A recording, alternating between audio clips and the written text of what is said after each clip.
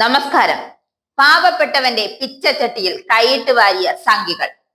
RSS എന്ന അക്രമം മാത്രം കൊടികുത്തി വാഴുന്ന അക്രമി സംഘടനയിൽ നിന്നും കാവ്യയുടെ മറവിൽ പാവങ്ങളുടെ സമ്പാദ്യത്തെ അടപടലം വിഴുങ്ങിയിരിക്കുകയാണ് BJP. മോഡി ഭരിക്കുന്ന കേന്ദ്രത്തിൽ കണ്ടെത്തുന്നത് നിരവധി അഴിമതികളാണ്. കേരളത്തിലാകട്ടെ ഒന്ന് ഭരണം പിടിക്കുക എന്ന ലക്ഷ്യത്തോടെ കൊടകരയിൽ നോട്ടുകെട്ടുകൾ ചാക്കിലാക്കി കൊണ്ടുവന്നു. ആളുകളെ ചാക്കിലാക്കാനും നോക്കി. ഒടുവിൽ BJPയുടെ ഈ പ്രവൃത്തി പൊതുസമൂഹത്തോട് വിളിച്ചു പറഞ്ഞത് BJPക്കാരനായ തിരൂർ സതീശാണ്. 30 വർഷമായി BJP പ്രവർത്തകനാണ് ഇയാൾ. പാർട്ടിക്ക് വേണ്ടി പ്രവർത്തിച്ചതിന്റെ പേരിലുള്ള കേസുകൾ മാത്രമേ തനിക്കെതിരെ ഉള്ളൂ എന്നും വ്യക്തിപരമായ കേസുകളൊന്നും ഇല്ല എന്നും അദ്ദേഹം പറയുന്നു. എന്നാൽ ഇവരുടെ എല്ലാ കള്ളപ്പണ ഇടപാടുകളും പാർട്ടിയെ വഞ്ചിച്ച വിവരങ്ങളും അറിയാമെന്നും അതെല്ലാം പറയുമെന്നും തിരൂർ പറയുന്നുണ്ട്. കാര്യങ്ങൾ ഇങ്ങനെയൊക്കെയാണെങ്കിലും BJP നടത്തിയ പുതിയ ഒരു തട്ടിപ്പാണ് ഇപ്പൊ പുറത്തു വന്നിരിക്കുന്നത്. RSSും BJPയും നേതൃത്വം നൽകുന്ന വഞ്ചിനാട് ഭവന നിർമ്മാണ സഹകരണ സംഘത്തിലെ കോടികളുടെ തിരിമറി നടത്തിയ പ്രതികളാണ് ഇപ്പോൾ പിടിയിലായിരിക്കുന്നത്.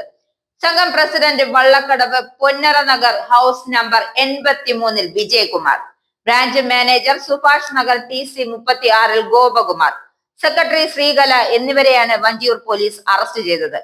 ഈ പ്രതികളെ റിമാൻഡ് ചെയ്യുകയും ചെയ്തു. 32 കോടിയോളം രൂപയുടെ തിരിമറി നടത്തിയതായാണ് പരാതി. ഈഞ്ചക്കൽ, നെടുമങ്ങാട്, നേമം എന്നിവിടങ്ങളിൽ സംഘത്തിന് ബ്രാഞ്ചുകളുണ്ട്. 7 മാസം മുമ്പ് ഈഞ്ചക്കലിലെ പ്രധാന ഓഫീസിൽ നിക്ഷേപകർ സംഘടിച്ചെത്തി ബഹളമുണ്ടാക്കിയിരുന്നു. തുടർന്ന് RSS ഇടപെട്ട് നിക്ഷേപകരെ ഉൾപ്പെടുത്തി കോർ കമ്മിറ്റി രൂപീകരിച്ച് പരാതികൾ പരിഹരിക്കാൻ തീരുമാനിച്ചിരുന്നു. 1 വർഷത്തിനകം മുതലും പലിശയും തിരിച്ചു നൽകാമെന്ന് ഭരണസമിതി അറിയിച്ചു. ഇത്രയും കാലമായിട്ടും മുതലും പലിശയും ലഭിക്കാതായതോടെയാണ് നിക്ഷേപകർ പോലീസിൽ പരാതി നൽകുകയായിരുന്നു. തുടർന്നാണ് പ്രസിഡന്റിനെ ഉൾപ്പെടെ അറസ്റ്റ് ചെയ്തത്. BJPയുടെ സഹകാർ ഭാരതി മുൻ സംസ്ഥാന ജനറൽ സെക്രട്ടറിയാണ് പിടിയിലായ വിജയകുമാർ. ഒരു BJP കൗൺസിലറുടെ നേതൃത്വത്തിൽ സംഘത്തിൽ നിന്ന് 30 ലക്ഷത്തോളം രൂപ പലരുടെയും പേരിലായി വായ്പയെടുത്തുവെന്നും തിരിച്ചടവില്ലെന്നും നിക്ഷേപകർ പറയുന്നു. അപേക്ഷകരുടെ രേഖകൾ ഉപയോഗിച്ച് ഭരണസമിതി അംഗങ്ങൾ തന്നെ വായ്പ തരപ്പെടുത്തിയതായും പരാതിക്കാർ വ്യക്തമാക്കുന്നു.